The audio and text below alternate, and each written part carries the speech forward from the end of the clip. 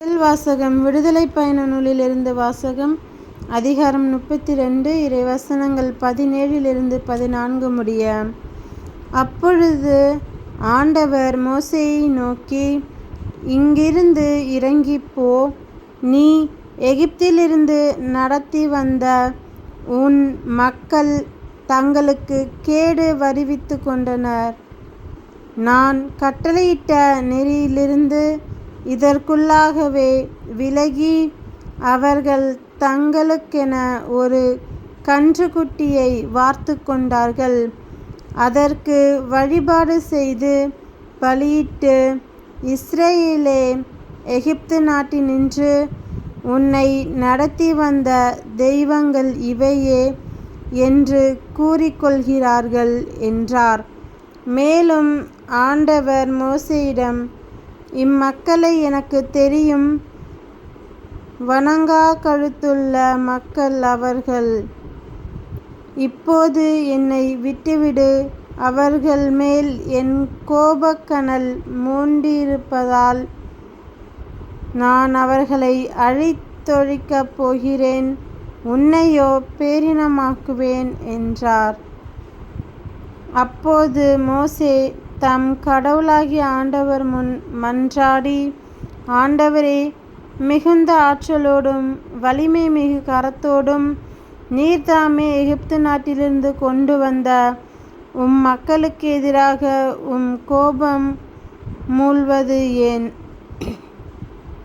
மலைகளில் அவர்களை சாகடிப்பதற்கு, மண்ணிலிருந்து அவர்களை அழித்தொழிப்பதற்குமாக வஞ்சகமாய் ஆண்டவர் அவர்களை கூட்டிச் சென்றார் என்று எகிப்தியர் சொல்ல இடம் தருவானேன்? உமது கடுஞ்சினத்தை விட்டுவிட்டு உம் மக்களுக்கு தீங்கிழைக்கும் எண்ணத்தை மாற்றிக்கொள்ளும். உம் அடியாராகிய ஆபிரகாமையும் ஈசாக்கையும் இஸ்ரேலையும் நினைந்தருளும். நான் உம் வழிமரபினரை விண்மீன்கள் போல் பெருகச் செய்வேன். நான் வாக்களித்த இந்நாடு முழுவதையும் உன் வழிமரபினருக்கு அளிப்பேன். அவர்கள் இதை என்றென்றும் உரிமை சொத்தாக்கிக் கொள்வர் என்று நீராகவே அவர்களுக்கு ஆணையிட்டு அறிவித்துள்ளீரே என்று வேண்டிக் கொண்டார்.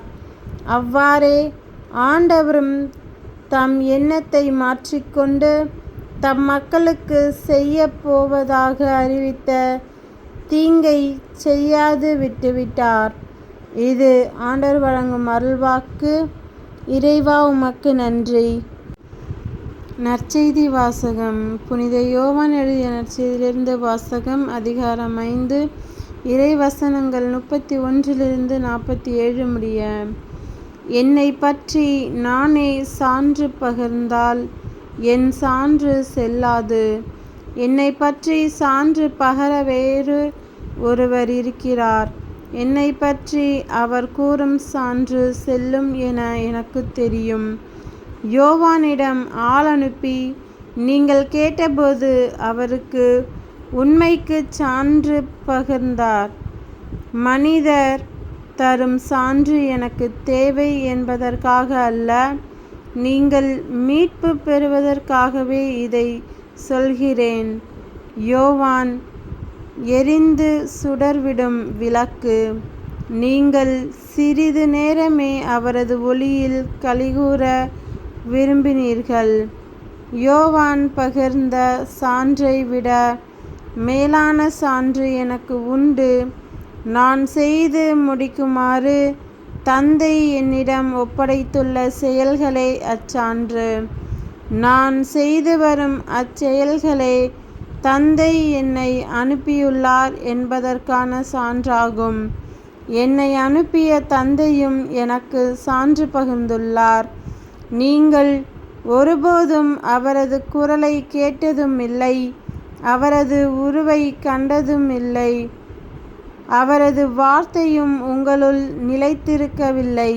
ஏனெனில் அவர் அனுப்பியவரை நீங்கள் நம்பவில்லை.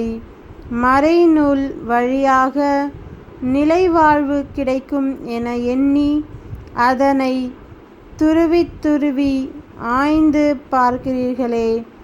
அம்மறைநூலும் எனக்கு சான்று பகிர்கிறது. வாழ்வு பெறுமாறு என்னிடம் வர உங்களுக்கு விருப்பம் இல்லை. மனிதர் தரும் பெருமை எனக்கு தேவையில்லை. உங்களை எனக்கு தெரியும். உங்களிடம் இறையன்பு இல்லை. நான் என் தந்தையின் பெயரால் வந்துள்ளேன். ஆனால் என்னை நீங்கள் ஏற்றுக்கொள்ளவில்லை. வேறொருவர் தம் சொந்த பெயரால் வருவாரானால் அவரை நீங்கள் ஏற்றுக்கொள்வீர்கள். கடவுள் ஒருவரே. அவர் தரும் பெருமையை நாடாது ஒருவர் மற்றவரிடமிருந்து பெருமை தேடிக்கொள்கிறீர்களே. உங்களால் எப்படி என்னை நம்ப இயலும்? தந்தையின் முன்னிலையில் உங்கள் மேல் குற்றம் சுமத்தப் போகிறவன் நான் என நினைக்காதீர்கள். உங்கள் சார்பாக நிற்பார் என நீங்கள் எதிர்பார்க்கும் மோசேயே உங்கள் மேல் குற்றம் சுமத்துவார்.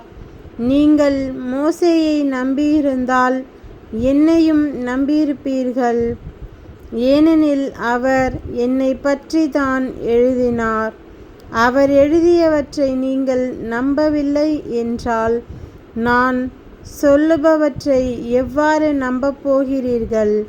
இது கிறிஸ்துவின் நற்செய்தி. கிறிஸ்துவே உமக்கு புகழ்.